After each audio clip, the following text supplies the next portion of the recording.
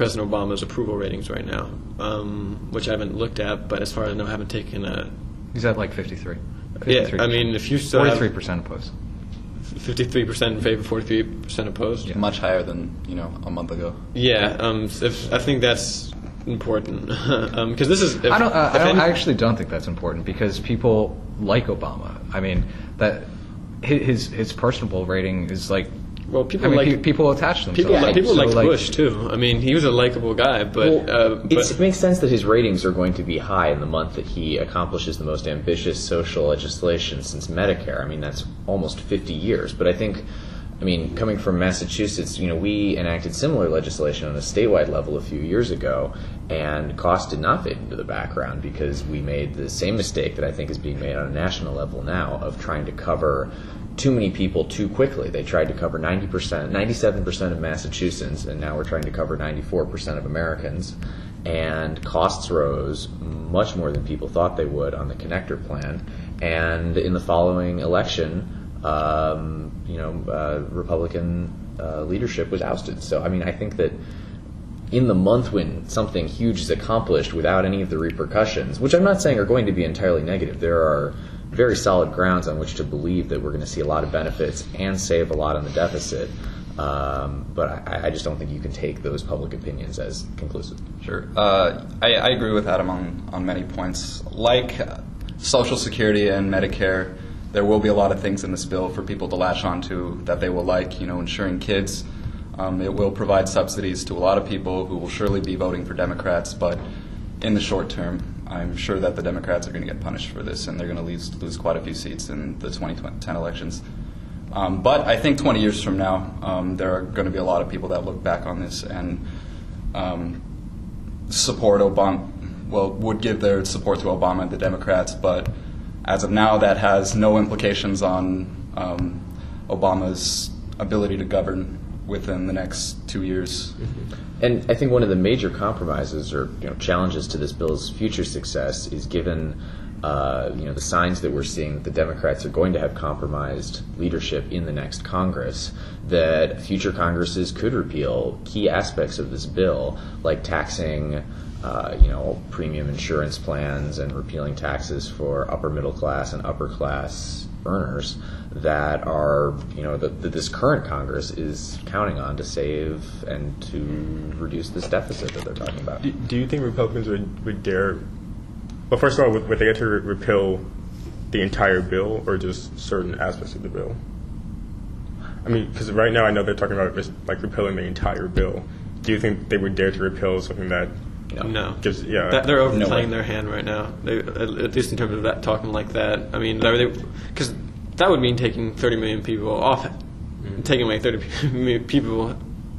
Taking insurance away from 32 million people. Yeah, that is an insane. Reforms. It's insane political strategy. I think anybody who's running on that platform right now is playing against playing to the extreme sects of the Republican Party and playing off of the emotions that are still fresh from people upset at the passage of this bill.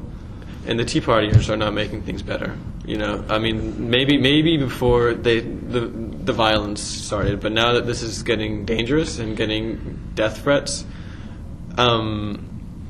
it's not helping. It's not helping the Republicans at all. And I think Bruce is right in saying, we could very well see Democrats taking an immediate hit, but when 20 years from now, when people are looking back on this, and when historians are writing this in a book, and they're going to look at the violence such as this, it's going to be reminiscent of Jim Crow. It's going to be reminiscent of Timothy McVeigh, and it's going to, in the end, be judged far more harshly than I think we are. It's really disturbing that the Republican leadership is that they're actually the ones playing to the extreme elements of their own party and to the Tea Party. It doesn't really have to be that way. I think the bigger problem within the Republican leadership isn't that they're actually playing against this; it's their indifference. By not saying anything, they're letting it run amok and letting instigators facilitate it. Like Sarah Palin and Rush Limbaugh, they don't have any interest in the image of the Republican Party. Like, as of this moment, Sarah Palin is more a member of the Tea Party than the Republican Party. And they don't have any interest in actually governing either. They're just out there spitting rhetoric.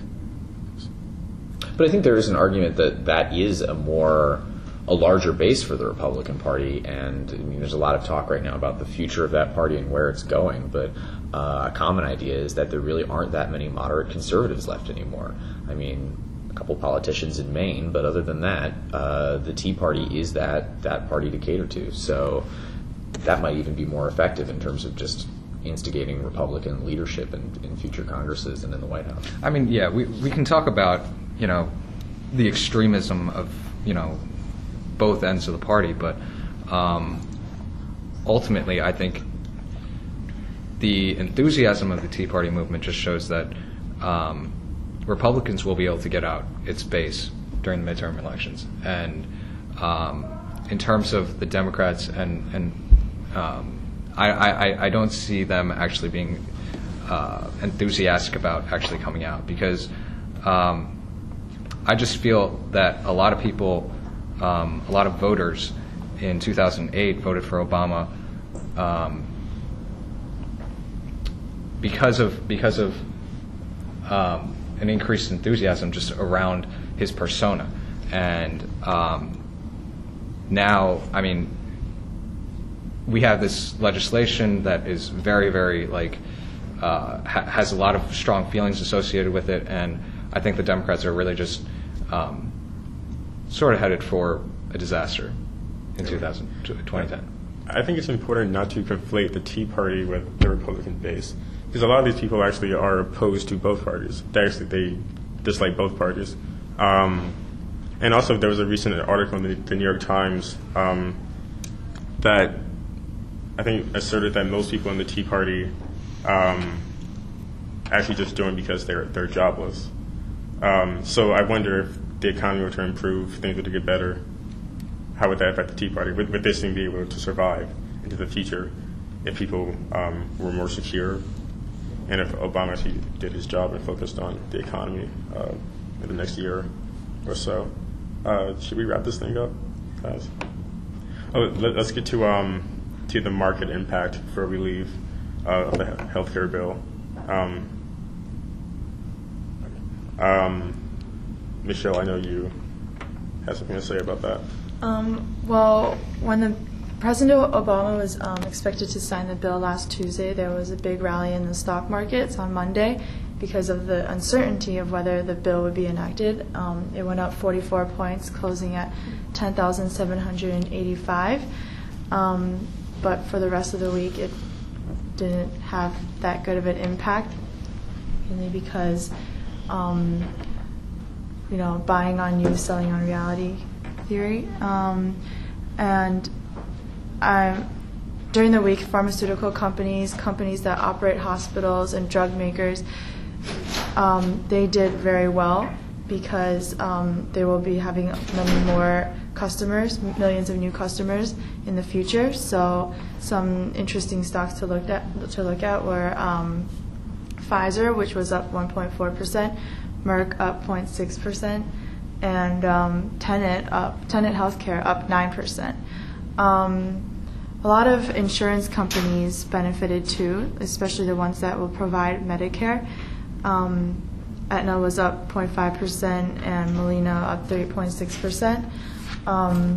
But overall, I think that stock market, I don't know how well it'll do in the future, because a lot of big companies, like I said before, AT&T and 3M, they're having a lot of losses, like $1 billion loss because... When you say they're having a lot of losses, these are projected losses, right? Projected losses. Yeah, okay. First quarter costs, though. So it's not like too far into the future. Okay. Yeah, so, and like I said before, unemployment rate right now is like 10%, maybe like 11%, and with like discretionary workers, it's like 17%. And the fact that the healthcare bill is going to is not going to help create any more jobs, because many companies will want to hire more people because they have to provide healthcare to them. So there's going to be like a lot of uncertainty in the stock market. I would say I'll just use this as a jump off point for a polemic, but I would say that that's actually a very